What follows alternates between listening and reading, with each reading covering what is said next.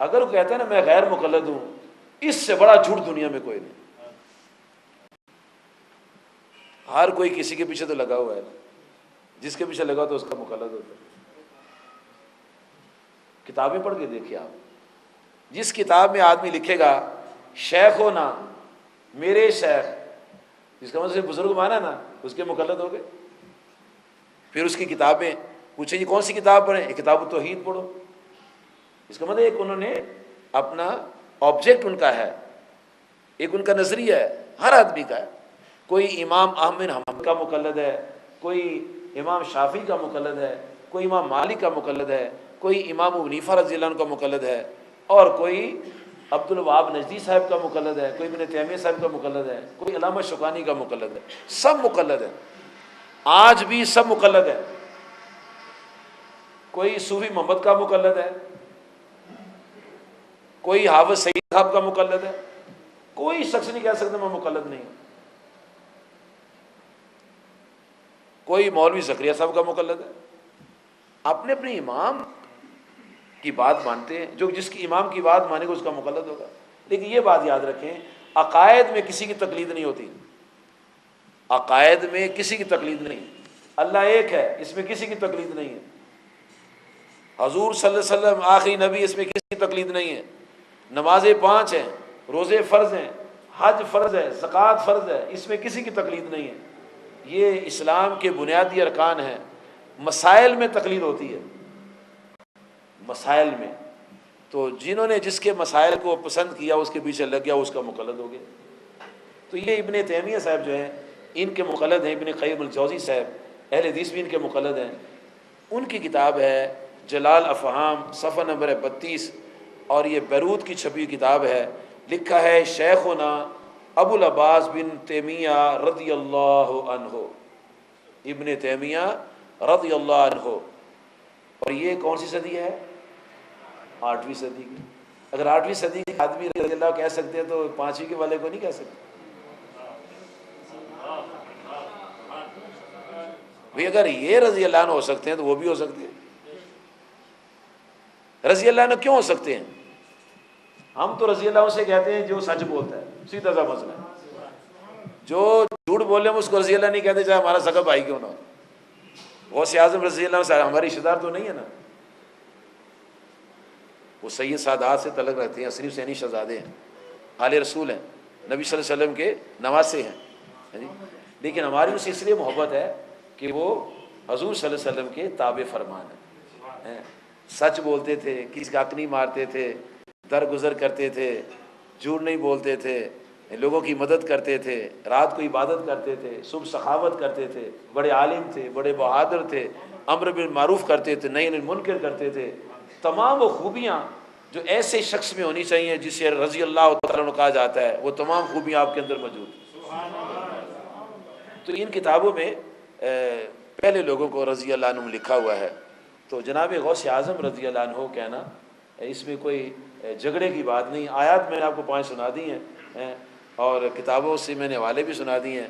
اب میں آپ کو مضمون سنانا چاہتا ہوں تاکہ آپ تسلی سے سنیں کہ جب بار بار رضی اللہ عنہ کا لفظ آئے گا تو آپ کو جواب پہلے ہی میں نے عرض کر دیا ہے۔ جناب حضرت شیخ سید عبد القادر جیلانی رضی اللہ عنہ 470 یا 471 ہجری میں شہر گیلان میں، جس کو جیلان کہتے ہیں، وہاں پیدا ہوئے، اور اس وقت آپ کی والدہ محترمہ کی عمر تھی 60 سال، اور 60 سال کی عمر میں کم ہی عورتوں کے ہاں بچے پیدا ہوتے ہیں۔ یہ بھی آپ کا پیدا ہونا بھی اللہ تعالیٰ کا ان کی والدہ پر احسان تھا۔ انبیاء ہوئے ہیں، جناب ابراہیم علیہ السلام، جناب زکریا علیہ السلام، ان کی جو ازواج تھیں وہ بڑھاپے کے عالم میں تھی، ڈھیر عمر تھی ان کی، ان کو بھی اللہ تعالیٰ نے بڑھاپے کے عالم میں اولاد عطا فرمائی تھی۔ تو جناب غوث اعظم پیر پیرا شیخ عبد القادر جیلانی، آپ جب پیدا ہوئے تو آپ کی سیرت کی ساری کتابیں پڑھ کے دیکھیں، بہجت الاسرار پڑھیں، نصحۃ الخاطر الفاتر پڑھیں، قلائد الجواہر پڑھ کے دیکھیں، تفریح الخاطر پڑھ کے دیکھیں۔ اس میں آپ کی ولادت باسعادت کا تذکرہ کرتے ہوئے لکھا گیا ہے کہ رمضان کا چاند طلوع ہوا تھا، رات کا وقت تھا جب غوث اعظم پیدا ہوئے، اور حضرت غوث اعظم رضی اللہ تعالیٰ عنہ نے صبح روزہ تھا، تو آپ نے سارا دن دودھ نہیں پیا اور پورا مہینہ دودھ نہیں پیا، صبح سے لے کر شام تک ساری سے افطاری تو دودھ نہیں پیتے تھے۔ یہ چمبے کی بات نہیں ہے، یہ کوئی چمبے کی بات نہیں ہے، یہ اللہ کا نظام ہے، یہ اس کا اپنا نظام ہے۔ اگر وہ شعور دے دے جی، اگر اتنا سمجھ دے دے تو کسی عمر میں بھی دے سکتا ہے۔ جناب حضرت موسیٰ علیہ السلام کی والدہ محترمہ کا ذکر آتا ہے قرآن پاک میں، موسیٰ علیہ السلام کا سورۃ القصص میں، کہ جب موسیٰ علیہ السلام کی ماں کو یہ خوف ہوا کہ کہیں فرعون میرے بیٹے کو قتل نہ کر دے، تو اللہ تعالیٰ فرماتے ہیں وَأَوْحَيْنَا إِلَىٰ أُمِّ مُوسَىٰ، ہم نے موسیٰ علیہ السلام کی ماں کی طرف الہام کیا، أَنْ أَرْضِعِي، اے موسیٰ علیہ السلام کی ماں تو اس کو دودھ پلاتی رہے، فَإِذَا خِفْتِ، اور جب تمہیں اس کا خوف ہو کہ اس کو فرعون قتل کر دے گا، فَالْقِ فِي الْيَمِّ، پھر اس کو تم دریا میں ڈال دینا، اور دریا میں ڈالنے کے بعد وَلَا تَخَافِي وَلَا تَحْزَنِي إِنَّا رَادُّوهُ إِلَيْكِ، نہ خوف کرنا نہ غم کرنا، اور تم دیکھنا ہم تیرے بیٹے کو واپس لائیں گے، وَجَعِلُوهُ مِنَ الْمُرْسَلِينَ، اور تیرے بیٹے کو رسول بھی بنائیں گے۔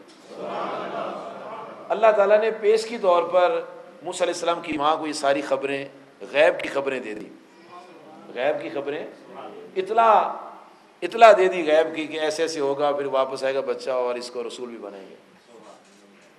خیر وہ لمبی سی بات ہے، ان کو کشتی اس صندوق میں ڈالا، وہ فرعون کے گھر چلے گئے جی، ایک نظام کے تحت، اللہ تعالیٰ کے حکم کے تحت اس نے نکالا، دودھ پلانے کا حکم ہوا جی، تو دائیاں بلائی گئیں، لیکن موسیٰ علیہ السلام نے کسی دائی کا دودھ نہیں پیا، کسی دائی کا دودھ نہیں پیا۔ اب کیوں دودھ نہیں پیا جی؟ بچے تو جو بھی عورت ہو اس کو دودھ پلا کے دودھ پی لیں گے، عورت نہ بھی ہو مرد ہو، عورت نہ بھی ہو مرد ہو، اپنی انگلی کو شہد لگا کے اس کے منہ میں رکھے، اس کو چوسنا شروع کر دے گا، وہ پیٹ سے ہی سیکھ کر آتا ہے بچہ کس طرح میں نے چوسنا ہے دودھ، انگلی کو بھی سمجھ گیا یہ دودھ کی انگلی ہے، اس کو چوسے گا۔